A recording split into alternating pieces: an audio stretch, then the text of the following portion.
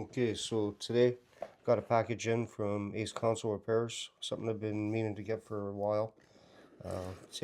Open it up, take a look. Let's get this opened up here. Oops. I don't want to turn it around because it still has the shipping label on. Try and do it like this. There we go.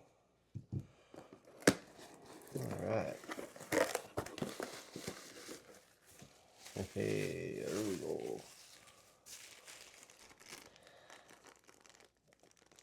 I get Fluxed Mate rosin.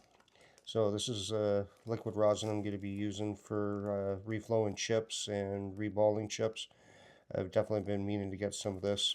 He actually makes this himself. It's stuff that he has made. It's not store-bought that he's just packaged. He makes it up himself. So very happy I finally got some, and hopefully this is going to help me out. And I'm going to start trying doing some reballing and reflowing. Thanks for watching. Bye.